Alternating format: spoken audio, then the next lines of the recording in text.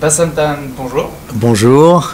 Nous vous interviewons aujourd'hui grâce au Cercle des volontaires qui nous a mis en relation et que nous remercions de pouvoir faire cette rencontre. Vous êtes donc un spécialiste de la Syrie, dont on parle beaucoup en ce moment, suite à la libération des 4 journalistes qui étaient pris en otage par les rebelles donc en Syrie. Quelle est, vous, votre analyse de la libération de ces otages et surtout le traitement médiatique de cette affaire? Alors d'abord, évidemment, je me réjouis de voir que 4 journalistes qui défendent la liberté d'expression, de penser, sont libérés. Mais alors, ça appelle de ma part quelques remarques par rapport à la couverture médiatique et la position officielle de la France concernant tout ce dossier-là.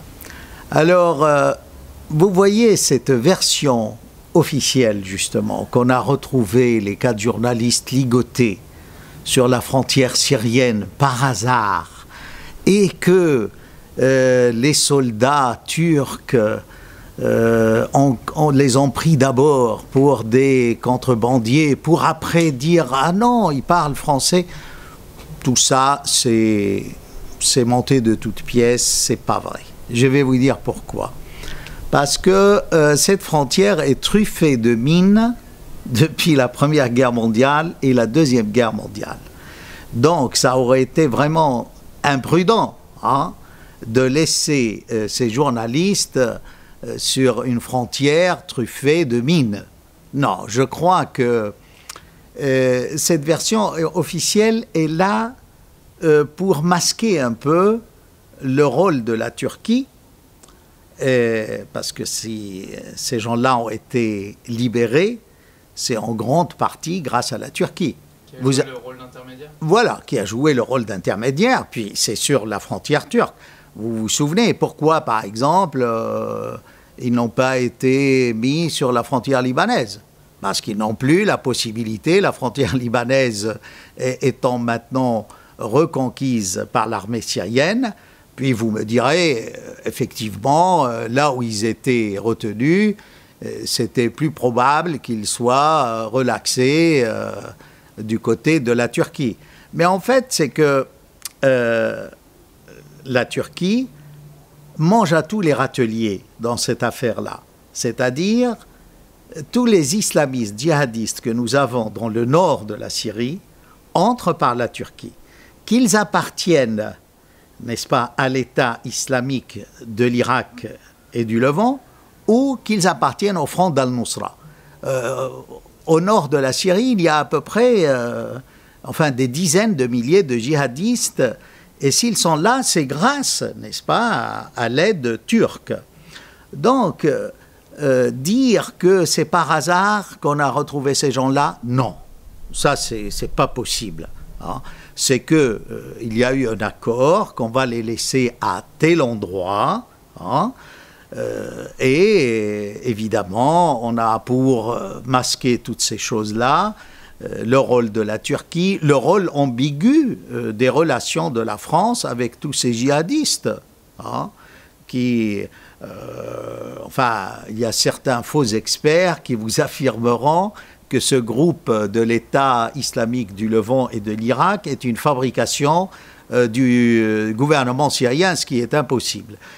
Tout au début des événements, moi j'avais rappelé qu'Al-Zawahiri, le bras droit de Ben Laden, avait appelé Al-Qaïda, toutes les forces islamistes, l'international islamiste du monde, à aller en Syrie pour renverser Bachar el-Assad.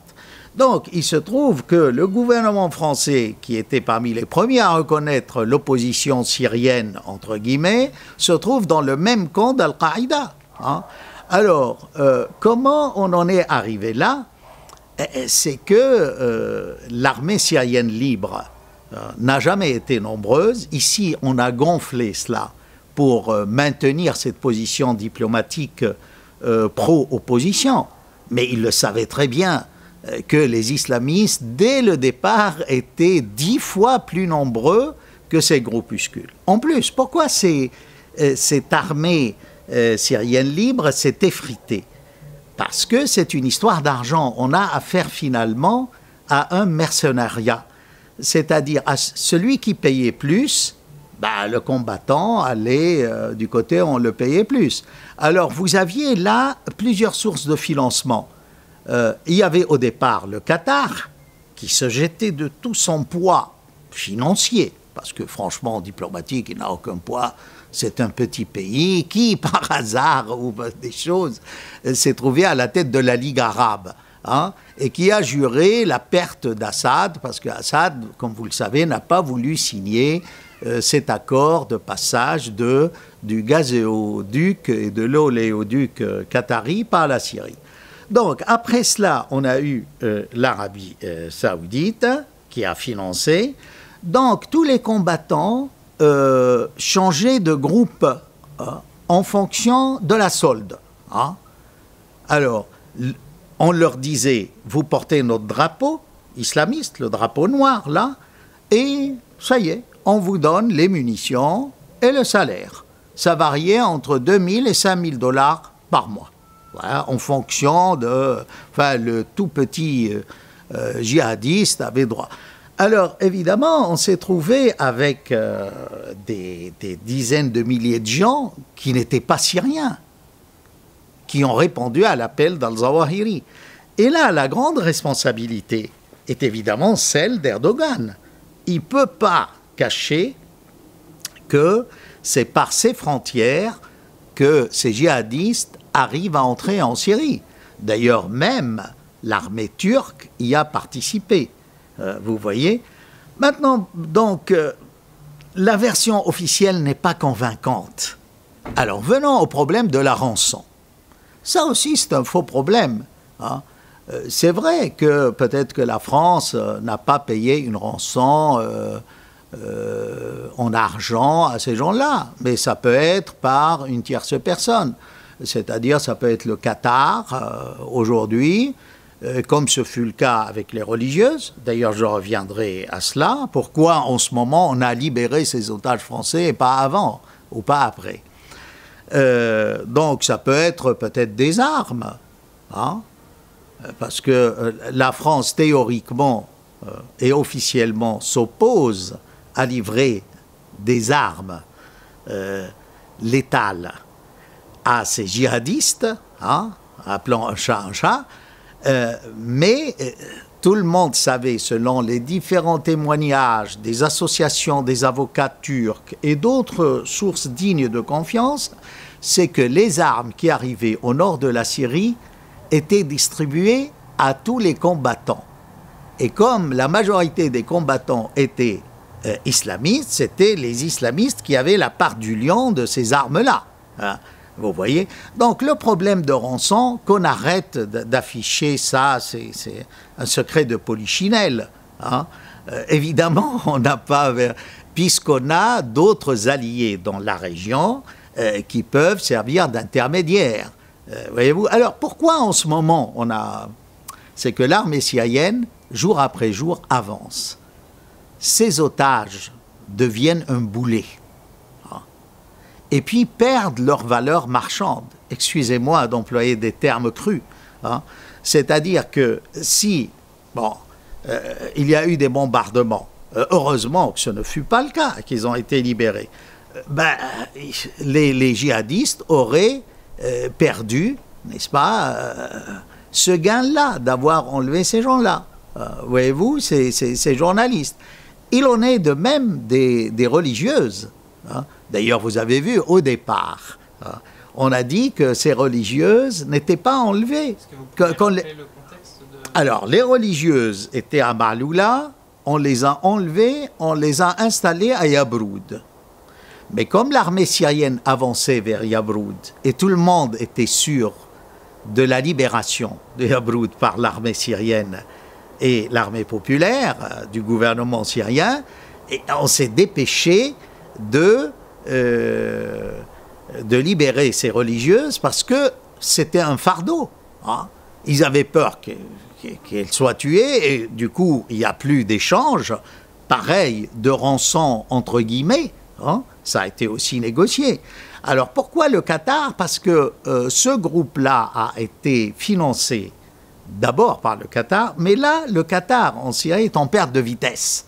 Hein. C'est l'Arabie saoudite qui, de tout son poids, est entrée dans la bataille et suite au malentendu entre l'Arabie saoudite et le Qatar à propos des frères musulmans d'Égypte, ça se complique, hein, et d'autres raisons, le Qatar se trouve marginalisé. Mais il a gardé des relations. Il faut ajouter à cela aussi des électrons libres de donateurs musulmans qui sont du Bahreïn et du Koweït et des Émirats. Vous voyez? Et ça, d'où on le sait, des confessions de djihadistes qui sont rentrés de Syrie et repentis. Et ils ont raconté, et c'est authentique, ils ont cité les noms des parlementaires du Koweït, du Bahreïn, des Émirats qui envoyaient des aides, des salaires et qui s'étaient déplacés dans cette zone. Reste un point qu'il faut soulever, c'est que les médias français nous mentent tout le temps en disant « la Syrie interdit aux journalistes d'entrer ». Ce n'est pas vrai. Ce fut vrai au début, c'est-à-dire il y a 2 ans. Mais depuis bien longtemps, hein, tout journaliste qui demande une autorisation d'aller en Syrie, elle est accordée. Hein. Et là, permettez-moi de dire que j'ai vérifié auprès des services de l'ambassade s'il y avait des journalistes du Monde qui avaient demandé à y aller. On m'a dit non. Sinon, on leur aurait accordé le visa. Mais le problème est donc, il faut se mettre aussi à la place des journalistes, parce que si vous allez avec un visa officiel, forcément, l'armée syrienne se doit de vous accompagner pour éviter qu'il y ait d'accidents. Hein. Alors, évidemment, ça limite les moyens d'action et la liberté de visiter ce qu'on veut. Mais il en est de même si vous allez de l'autre côté. Hein. Ce fut le cas de toute une ribambelle de journalistes qui sont entrés d'une manière illégale. Je ne juge pas, hein. Vous vous mettez du point de vue gouvernement syrien, c'est illégal. Vous entrez dans des territoires. Alors, ils ont dit c'est des territoires libérés. Oui, mais avec l'aide de qui? De passeurs, de groupes islamistes. Or, tout le monde sait, ces groupes islamistes ne sont pas d'accord entre eux. Et nos 4 journalistes ont été enlevés par des petits groupes. Et ils ont été, si vous voulez, c'est un peu du recellage. Chaque petit groupe vend son butin humain à un autre groupe et ainsi de suite. Ils sont passés d'une main à une autre. Alors évidemment, l'expérience est intéressante de ne pas entrer d'une manière légale. Mais c'est à vos risques et périls. Hein. Vous voyez, c'est-à-dire il ne faut pas tout le temps accuser, n'est-ce pas, accabler le gouvernement syrien. Mais ce n'est pas vrai. Il y a bien eu des journalistes de France 3, du Figaro, qui ont été à Damas, qui ont obtenu le visa. Et voyez-vous, c'est un point très important, parce qu'on n'arrête pas pour noircir l'image de la Syrie, de son président légal, El-Assad, par une foultitude de fausses informations. Et ça, c'est inadmissible. Récemment, le 14 mars d'ailleurs, 3 journalistes de la télévision Al-Manar ont été abattus par l'armée syrienne libre à Ma'aloula. Ils étaient accompagnés par des troupes du Hezbollah. Et l'armée syrienne libre, pour se dédouaner de cette attaque, a accusé Bachar al-Assad d'avoir tiré sur le Hezbollah et sur les journalistes de la télévision. Oui, mais il en est de même, vous vous souvenez de notre journaliste qui a été tué à Homs. Et il a été tué, c'était reconnu et prouvé par, je dirais, des feux ennemis. Ce n'était pas l'armée syrienne qui avait tiré. Là aussi, vous voyez, on a affirmé dans un ouvrage, au terme de son enquête, que finalement ce n'était pas si sûr que c'était l'armée syrienne libre qui l'a abattu. D'accord. Mais est-ce que on a la certitude que c'était volontaire, qu'on l'a visé, on a voulu le tuer? Je ne pense pas. Vous voyez, puis c'est les risques du métier. Vous allez dans un... Alors, s'agit-il de visites guidées? Oui, c'est des visites guidées, que ce soit peut-être du côté de l'armée syrienne, quand vous avez un visa, ou de l'autre côté. Hein? La preuve en est, il y a eu combien de journalistes du Monde et d'autres? Je cite du Monde parce que c'est là, ça crève les yeux, et qu'ils étaient à côté de la vérité et de la réalité. On nous dit, par exemple, une journaliste du Monde qui a été là-bas, elle n'a pas vu d'islamistes. Hein? Le même jour, ces mêmes islamistes s'attaquaient à la cathédrale chrétienne des Grecs melkites. Vous voyez? On nous dit que une autre journaliste du Monde qui dit à propos du viol qu'elle n'a jamais entendu parler que les islamistes violaient. Hein? Alors que quelques jours avant, le rapport d'Amnesty International affirmait que... C'est pourtant pas clairement pro-Bachar. Hein. Pro-Bachar affirmait que le viol était pratiqué par les islamistes. Alors, si elle n'a pas entendu parler de viol, c'est qu'elle n'a pas voulu l'entendre. Hein. Alors, je vous dis, moi, entre parenthèses, d'où je tiens mes infos.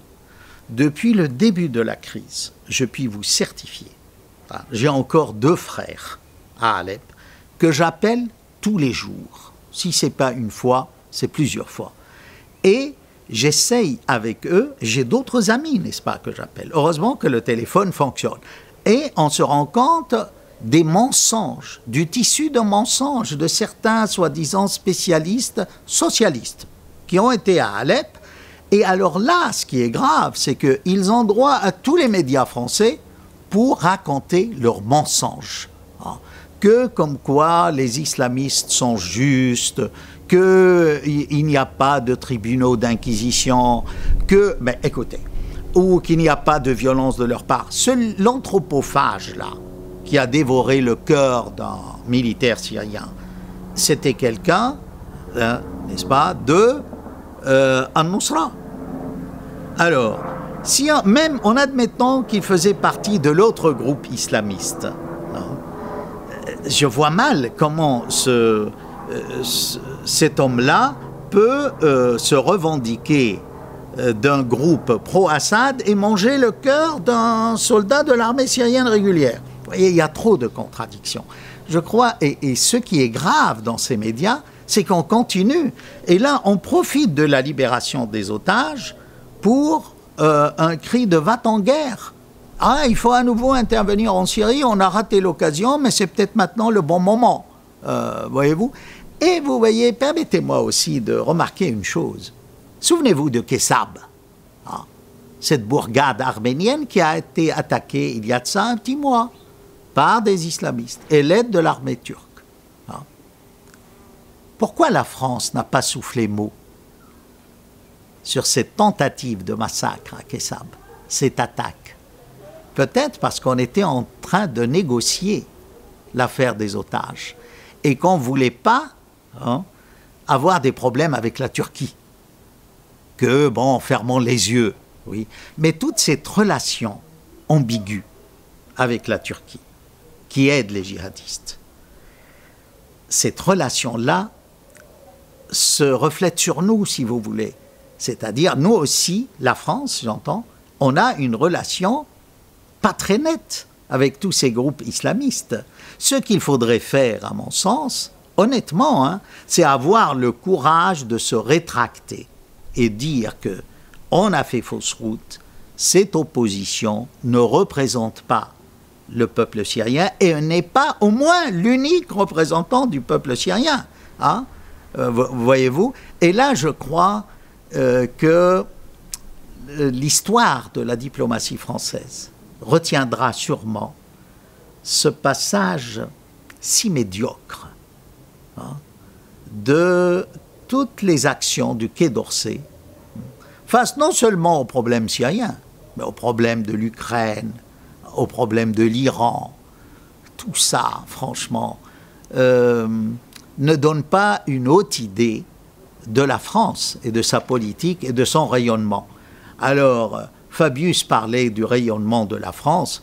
Je crois que franchement, cette libération d'otages n'ajoute pas au rayonnement, comme il dit, culturel et diplomatique de la France. Au contraire, ça crache toutes les relations vicieuses, perverses, avec l'ennemi islamiste et non musulman. Parce que l'islam, moi je maintiens, est une religion de tolérance. Et nous, dans cette affaire-là, on s'est embarqué à soutenir des djihadistes. Et ça va se retourner contre nous. Alors justement, on sait qu'il y a des centaines de Français qui sont partis en Syrie faire le djihad. Et on sait que les services de renseignement les pistaient et qu'ils les ont laissés partir. Quel risque cela va-t-il causer en France lors de leur retour? Alors j'ai parlé d'ambiguïté. C'est pareil, c'est qu'au début de la crise, c'était aussi ambigu, parce qu'on a tellement intoxiqué les gens avec Assad, dictateur qui assassine son peuple, et que l'opposition était la seule force démocratique qui se battait pour la démocratie, ce qui était entièrement faux, que peut-être, mettez-vous même à la place des services secrets, peut-être qu'ils ne savaient plus quoi faire. Et il y a une politique du gouvernement, on leur dit « laissez partir, c'est pour la démocratie ». Je crois que le gouvernement français a commis une erreur là. Il a cru à la chute imminente d'Assad. Et ce ne fut pas le cas. Donc après là, ils ont mis un peu de l'eau dans leur vin. Mais c'est trop tard. C'est pas trop tard qu'on aurait dû intervenir. Au contraire, c'est trop tard parce qu'on s'est mis au devant et qu'on a reconnu cette opposition fantoche qui est à plus de 70% d'islamistes et de frères musulmans, et dont le président de cette nouvelle coalition était un ancien trafiquant de drogue. Tout le monde le sait, M. Gerba. Et je n'ai pas honte de le dire, tout le monde le sait. C'est une vérité publique, quoi. En Syrie, tout le monde le sait, qu'il avait des liens avec le royaume saoudite, et le royaume saoudite a toujours encouragé la contrebande avec les tribus qui ont des liens de sang avec la tribu des Saouds au pouvoir dans le royaume. Voyez-vous ? J'aurais une question conclusive. Cette année doit se dérouler l'élection présidentielle en Syrie. Comment celle-ci risque-t-elle de se dérouler? Est-ce que ça va être une occasion pour davantage déstabiliser le pays, ou au contraire, cette élection peut asseoir la légitimité de Bachar al-Assad? Vous voyez, l'élection pose problème. Dire que ça ne pose pas de problème, ce serait jouer au gouvernement français. Ce n'est pas mon cas. Moi, je suis beaucoup plus honnête, honnêtement, et plus direct. Ça pose des problèmes. Mais pourquoi moi je serais pour? Je vous dis, j'ai toujours été pour la légalité. Assad est légitime. Tout ce qui se passe en Syrie, c'est fomenté par des puissances étrangères. D'ailleurs, la majorité de ceux qui se battent viennent d'Azerbaïdjan, de Tchétchénie, de Somalie, du Yémen, d'Al-Qaïda, du royaume saoudite, d'Algérie aussi, de Tunisie, beaucoup de Tunisie, vous savez. Donc, alors,